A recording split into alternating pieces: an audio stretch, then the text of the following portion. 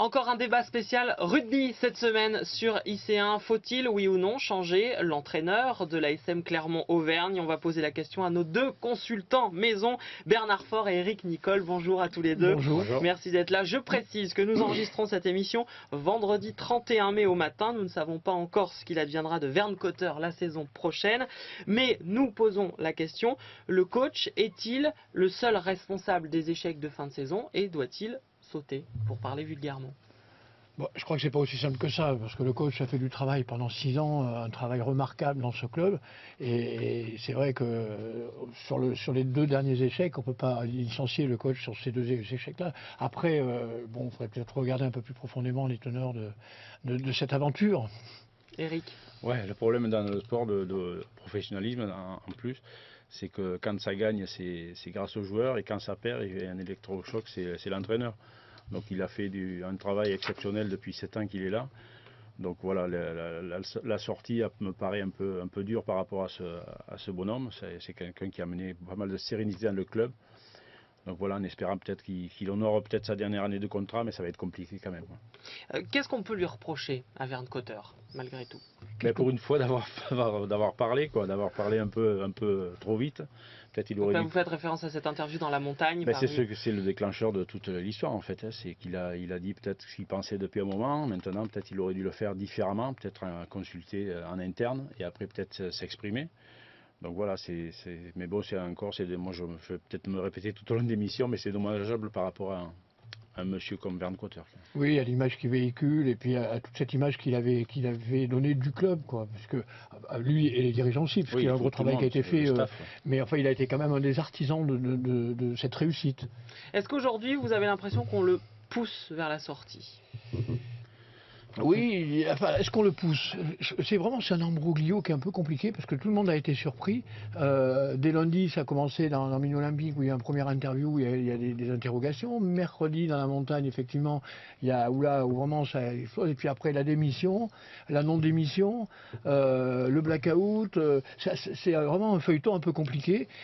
Poussé vers la sortie, je vois pas pourquoi il serait poussé, si ce n'est qu'il avait un engagement avec l'Écosse qui lui permettait peut-être pas d'assumer la saison complète. Il semblerait qu'il avait un rôle de consultant avec l'Écosse cette saison-là, oui, sur la tournée d'automne et sur le tournoi. C'est compliqué. Là, je ne maîtrise pas tout parce que j'ai pas tous les tenants et les aboutissants. Oui, parce que je rappelle à nos téléspectateurs donc, que Verne Cotter a annoncé qu'à partir de la saison 2014-2015, il entraînerait l'équipe nationale d'Écosse. Il l'a dit peut-être un peu trop tôt, ça? Non, je pense que tout le monde, c'était pas un secret, hein, tout le monde le savait plus ou moins. Ce qui est un peu plus gênant, comme le soulignait Bernard, c'est que dès cette année, il risque de faire des interventions. Donc comme on sait déjà que c'est compliqué d'être à 100% dans un club et de mettre en place des tactiques, des techniques ou des schémas de jeu, donc partir en Écosse, faire quelques piges, bon, c'est déjà un peu compliqué. Donc il en est capable, bon, ça lui a été dit en interne.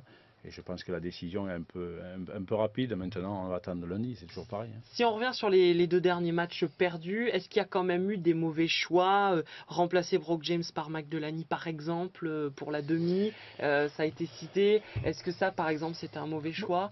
C'est vrai qu'une fois après le match fini, c'est vrai que la défaite étant là, on peut se dire que c'est des mauvais choix.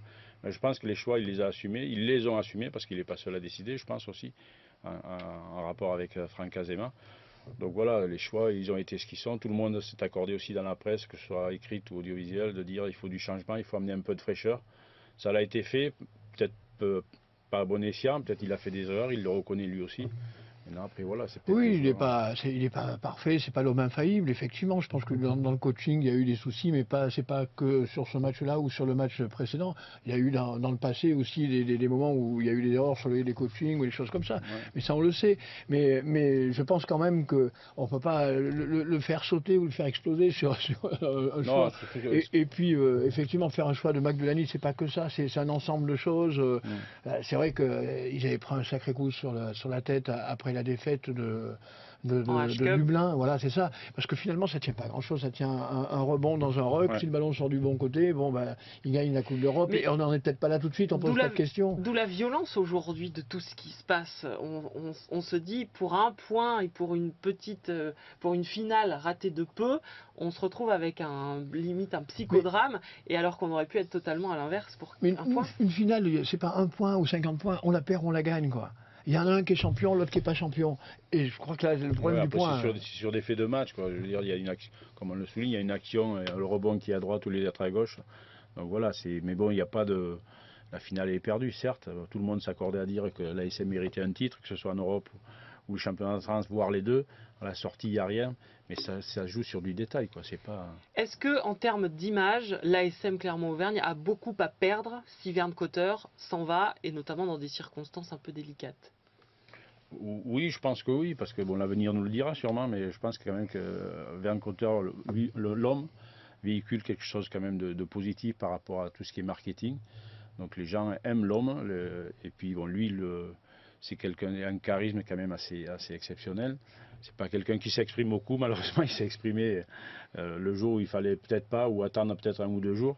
Non, je pense que oui, l'ASM a à perdre sur Verne Cotter, qui est très populaire auprès des supporters. Je crois que c'est l'image qu'il a imprimée dans ce club, c'est-à-dire cette rigueur, ce sérieux, ce travail. Bon, c'est vrai que l'ASM avait vécu une période de turbulence, on a échangé pas mal d'entraîneurs, de joueurs, et puis là, il est arrivé, bon, il a reconstruit quelque chose, il a mis du temps, et puis vraiment, il a donné cette image positive.